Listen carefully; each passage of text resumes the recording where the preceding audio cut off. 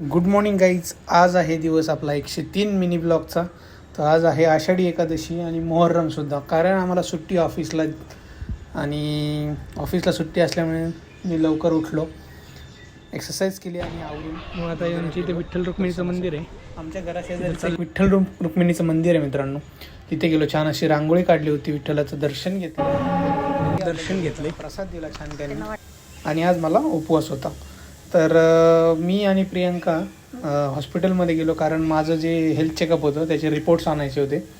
तर रिपोर्ट्स आणण्यासाठी आम्ही दोघं हॉस्पिटलमध्ये गेलो. रिपोर्ट्स घेऊन आले. रिपोर्ट्स एकदम नॉर्मल आहेत. तर हेल्थ चेकअप असं मध्ये केलं पाहिजे.